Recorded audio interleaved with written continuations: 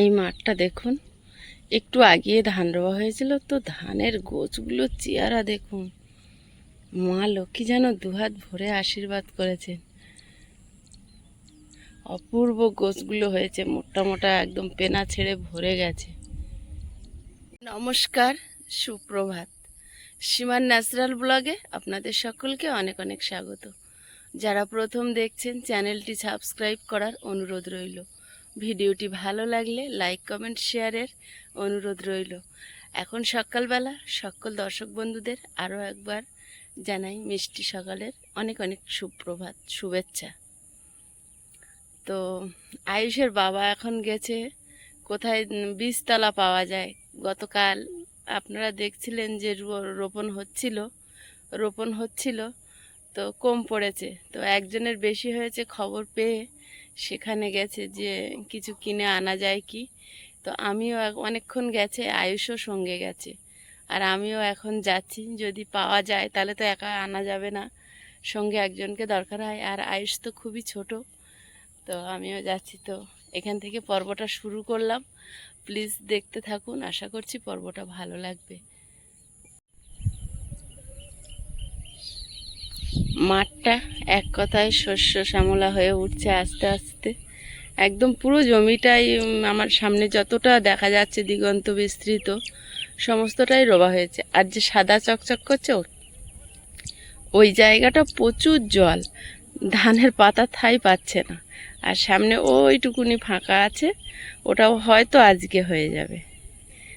মেঠো পথের পাশ দিয়ে ধান ক্ষেত পেরিয়ে গেছে, তার পাশে আমাদের এই যে ভালোবাসার নীড় গড়ে উঠেছে আপনাদের ভালোবাসায় আর আশীর্বাদে। আজকে অনেক কাজ, ভাবছি একটু শাপলা তুলবো, একটু দিশি কলমি শাক পুকুরে হয়েছে কিছু কাটবো, তারপরে জাল পাতা আছে, জালে মাছ পড়েছে দেখতে পাচ্ছি, কিন্তু এখনও নামা হয়নি। জালটাই কিছুক্ষণ আগে পেতে এসেই আমি পর্বটা স্টার্ট করলাম, কিন্তু তার মধ্যে অনেকটাই মাছ পড়েছে, পুঁটি মাছ, তো সেটাও আপনাদেরকে দেখাবো। আর এখন আগে বীজতলাটা নিয়ে আসি। ওই যে দূরে দেখতে পাচ্ছি আয়ুষের বাবা বীজতলা ভাঙছে। কি খবর? তুমি বীজতলা ভাঙতে নাওনি? তুমি দাঁড়িয়ে আছো? বাপি ভাঙছে।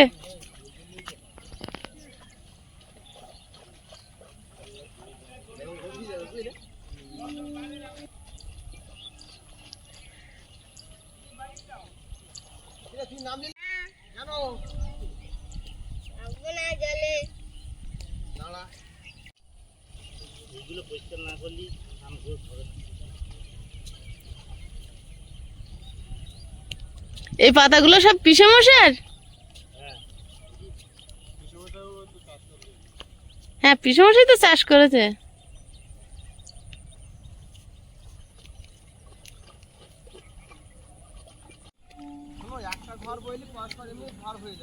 হুম,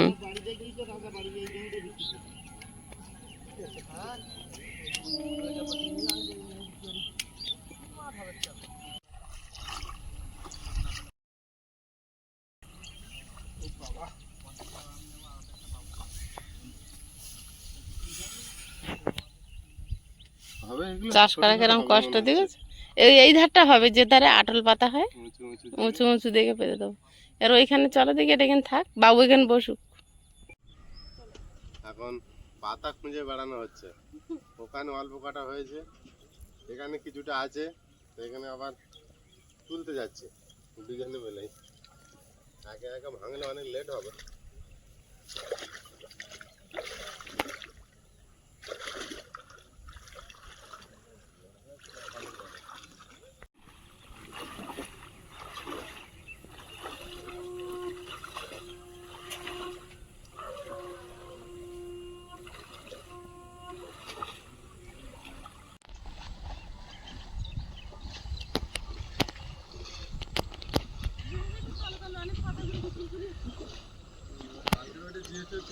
সব নিয়ে নিয়েছি, সব নিয়েছো।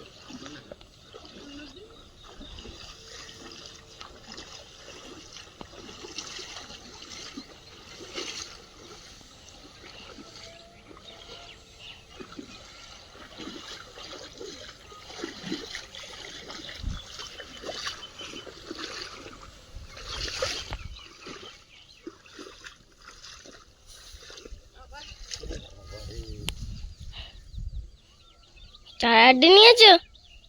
চাষের যা কষ্ট। চল, যা কষ্ট করতে হবে। আমি এই চারটে নিয়ে নিচ্ছি। আমি ওই চারটে নিচ্ছি। তখন খালি হাতে চলো, কি ওখান থেকে ওইটা নিয়ে নেবে। হ্যাঁ, ওইটা নেব। চল।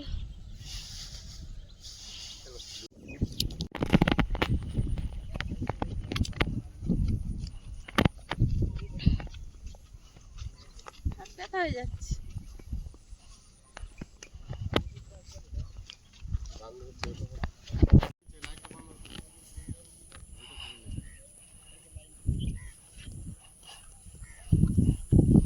হাঁটো তো এগিয়ে যাই। পায়ে জুতো আছে না, স্লিপ হচ্ছে। আর ব্যথা হয়ে যাচ্ছে হাত।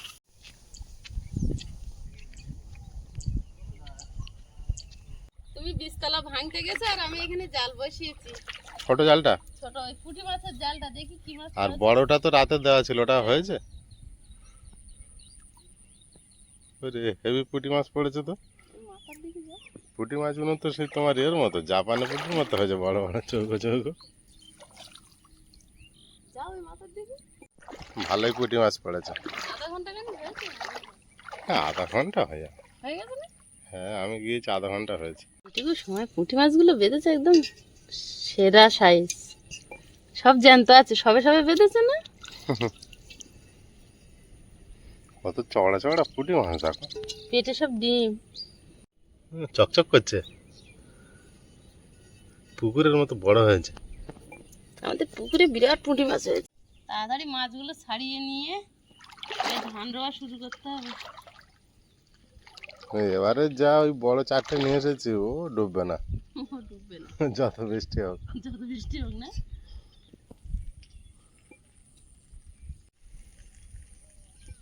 এইখানটায় ধরা পড়ে গেছে। দুটো সামলা ফুল ফুটেছে। অনেকগুলো ফুটেছে। আয়েশের বাবা মাছ ছাড়াতে পারে না, শুধু মাছ ছাড়াতে পারে না আর বলে জালের থেকে মাছ বড় হয়ে গেছে, জাল ছোট হয়ে গেছে। এরম জালেই তো এই মাছগুলো পড়বে। কালকে একটা মাছ তো কেটে দুটো করে এটা দিয়েছে দুটো করে দিয়ে খুলতে গিয়ে। এই হাঁড়ি হাঁড়ি যদি ছাড়াতে যাই বলবে এই জালের থেকে বড় হয়ে গেছে। ওই দুটো এখনো জ্যান্ত এর খুঁড়ে সাইজের পুঁটি একদম। এগুলো যে টিক পুঁটি, এই যে টিক মারা আছে। হ্যাঁ আছে, কিন্তু শুধু পুঁটি মাছ পুঁটি মাছ বেশিরভাগ। পুঁটি মাছ দেখেই পেতেছি। ওই দেখো, জাল থেকে ছাড়িয়ে যায়। অমনি হাঁচা করে জাল হাত চাপা দিলে, ধরেছি, বেরোতে পারিনি। হাত চাপা দিলে হ্যাঁ ওই লাটা মাছটাই। হ্যাঁ, ওরে, জালে চেপে ধরেছি। জালের থেকে পালিয়েও বাঁধলো না। জালের থেকে পালিয়ে বাঁচা যায় না অত সহজে।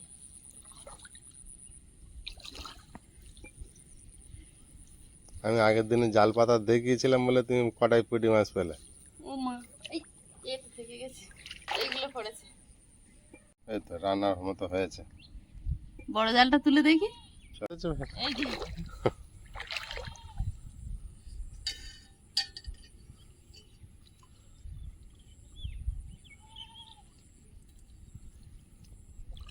এইসব জায়গায় কত ঘুরছে দেখো, সব ফুট কাটছে।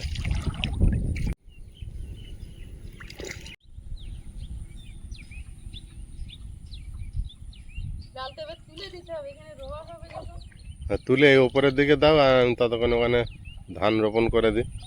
এনেছি অনেক কষ্ট করে। একটা বড় লাটা পড়েছে। ওই মাথা না? হ্যাঁ, বড় জলে বড় মাছ, বড় জল বড় জাল।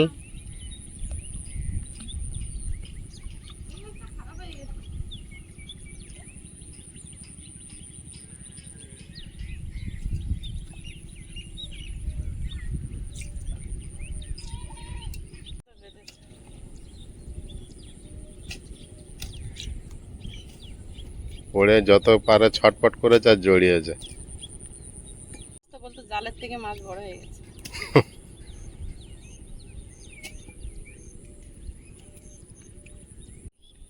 হাড়ি চলে যাচ্ছে। আমার চাষি লেগে পড়েছে। খাই পাই একদম ওই কানাতে মেরে এসো, একদম কভার করে।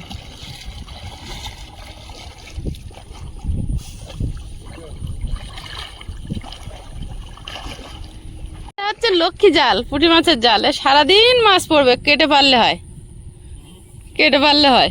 সকালে উঠে এক তরকারির মাছ হয়ে গেছে। নাও, একবার কভার করে মেরে এসো।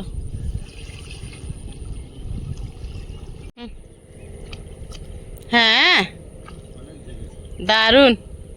এরকম হলে ও যত চেষ্টা করা হয়, আর কিছু করতে পারবে না। কিন্তু এগুলো ভয় আছে বৃষ্টি হলে।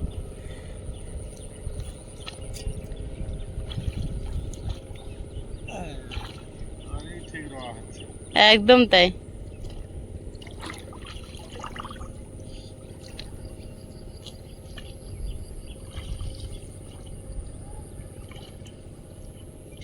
জানালায় কে? নাম কি? বাপি ওই মাঝখানে ওখানটা ঠাই পেয়েছে। হ্যাঁ, লম্বা পাতা তো ওগুলো। অনেকটা জায়গা আছে না একটুখানি? অনেকটা জায়গা আছে, অনেকটা জায়গা আছে না তোমার? হ্যাঁ, মনে এখন হয়ে যাচ্ছে। ঠিক আছে। তাহলে তো হয়ে যাবে। আয়ুষ, হ্যাঁ, কোথায় তুমি? এই তো জানলায়। দেখতে পাচ্ছ আমার? হ্যাঁ,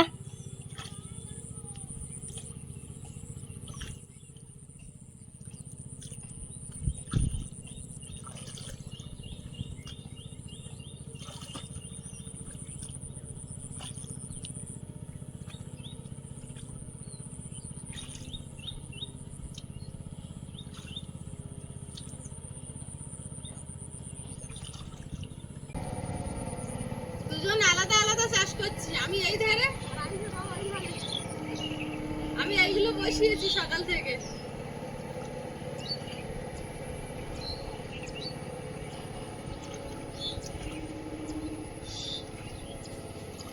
বাপিরটা তো প্রায় হয়ে গেছে মা।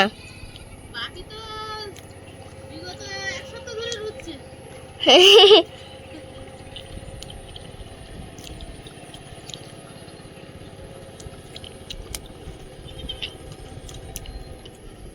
আয়ুষ আমার বদনাম করে দিচ্ছে না?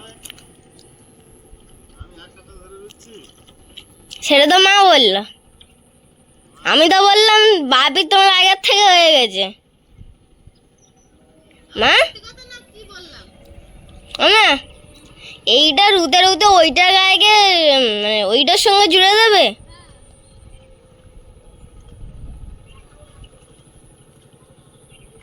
আবার জালে মাছও বেঁধেছে। হাঁড়িতে ওইটা আছে, তুলে আবার দিয়ে দাও। এই জালটা তো মাছ ছাড়ি নিয়ে পেতে দিয়ে ধান রুচ্ছিলাম, আর ওইটা ওই কোনাকুনি পেতেছিলাম, তো ধান রুয়েছি বলে তুলে এখানে ফেলে দিয়েছিলাম, মাছ পড়েনি তখন। এবার এই জালটা তুলে বাড়ি নিয়ে যাব আর ওই জালটা ঝাড়বো। ওই জালে নিশ্চয়ই পড়েছে, এই জালে আর পড়বে তাই? এই জালে কিছু পড়েনি, এটা তো এমনি ফেলানো, জলে ফেলানো ছিল, পড়েছে। একটা দুটো বাদ আছে, এখানে জল অনেক আছে না, ওই একটা লেটা মাছ হইতে পড়ে গেল, কত বড়। আগে লেটা মাছটা ধরে নেবে না, ফের ওই জালে পড়েছে, এই জালের থেকে ওই জালে পড়েছে, ধরতে পেরেছে?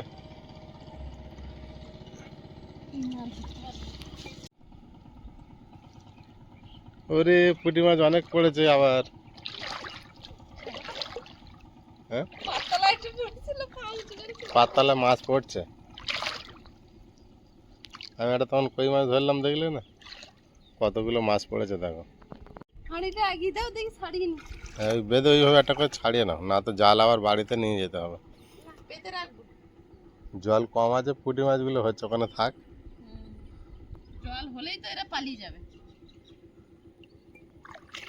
একরকম পুনরায় আবার ঢেকে ফেলেছি, যতগুলো সব নষ্ট হয়ে গেছিলো, একরকম সব নষ্টই হয়ে গিয়েছিল।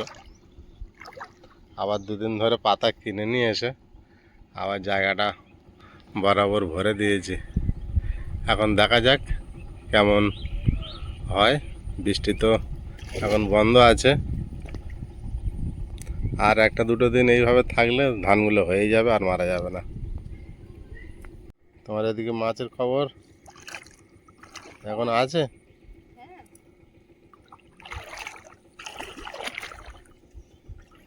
পুঁটি মাছ এখন বৃষ্টি হচ্ছে না মানে পুঁটি মাছের জাল পাততে হবে, অফুরন্ত। তাই না? হ্যাঁ, বৃষ্টি না হলে কই মাছ পড়বে না। আর সামনে এই রাস্তাটা প্রচুর জঙ্গল হয়ে গিয়েছে, এটা কিন্তু ঠিক না, এটা কিছু করতে হবে। কি করছো? আমি যেন ঘাসগুলো পরিষ্কার করে ওই জালটা পেতে দেবো। ওই লম্বা করে?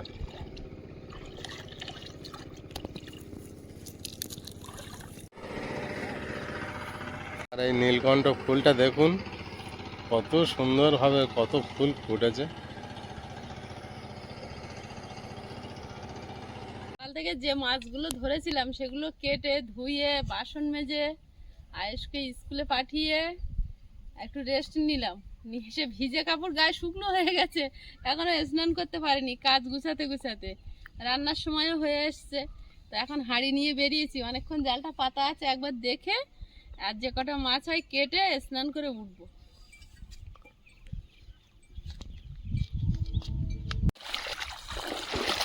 বদমাইশি করছি।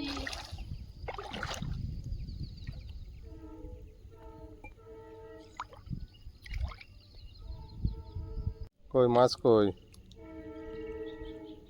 বেঁধেছে তোমার কাছে দুটো, এখানে দুটো চারটে আছে। ওই মাথার দিকে বেঁধেছে বেশ।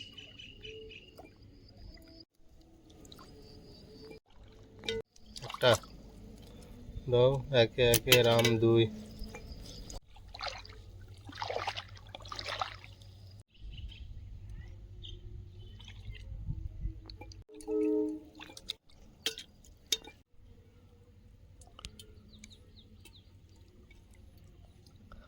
আজকে যেগুলো রোপণ করেছি খুব ভালো, বড় বড় ছিল, মাথা উঁচু করে আছে। পুরো সাজো পাতা ভেঙে আর নিয়ে চলে এসেছে দুজনে। এগুলো আর মরবে না হট করে, জানো 2-3 দিনে রোয়া আছে, দেখো।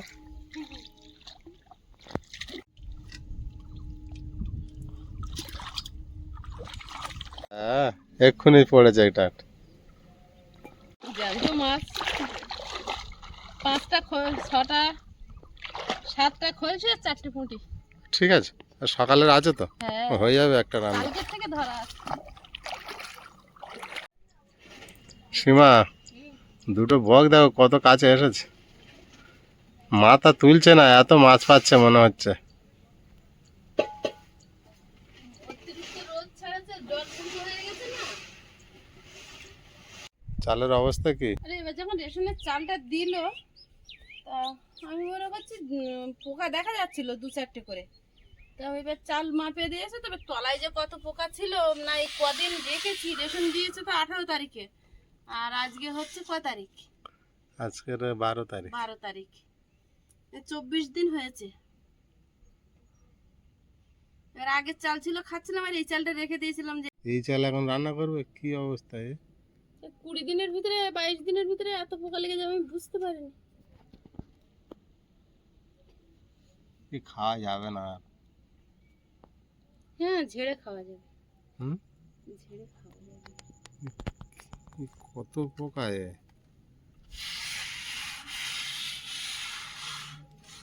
দেখো কি অবস্থা।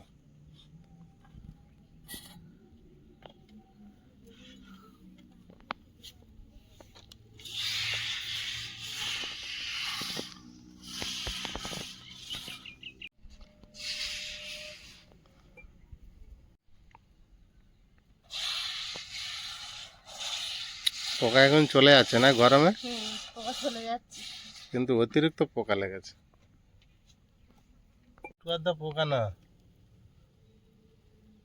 এইখান থেকে বেরিয়ে যাচ্ছে, দেখো গরম পাচ্ছে, এবারে বেরোচ্ছে। মাটির ঘর তো, তলায় মেঝে মাটি সাথে সাথে ছিল, এই জন্য এত পোকা তৈরি হয়েছে, তাই হবে হয়তো। না তো এত হওয়ার কথা না।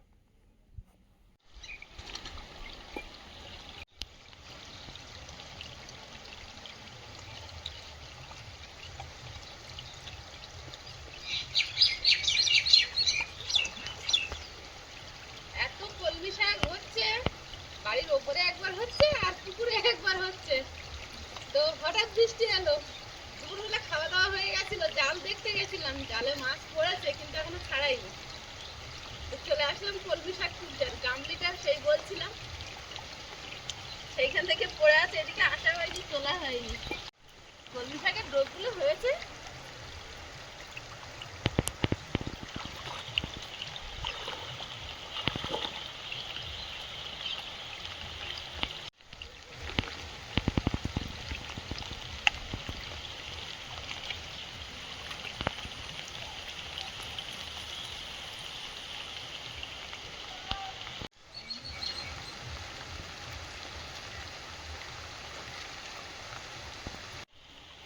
এখন এখানে এক কামড় মারলে না জাল ভর্তি হয়ে পড়বে।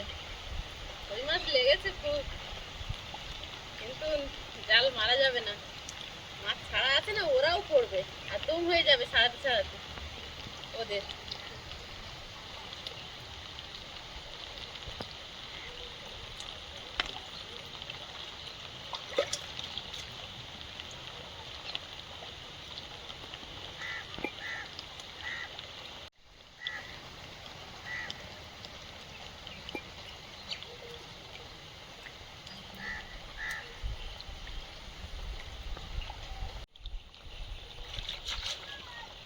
যদি হাঁস থাকতো এই শামুক খেয়ে একদম অত হয়ে যেত। হাঁস নেই বলে এই শামুক এত হয়েছে।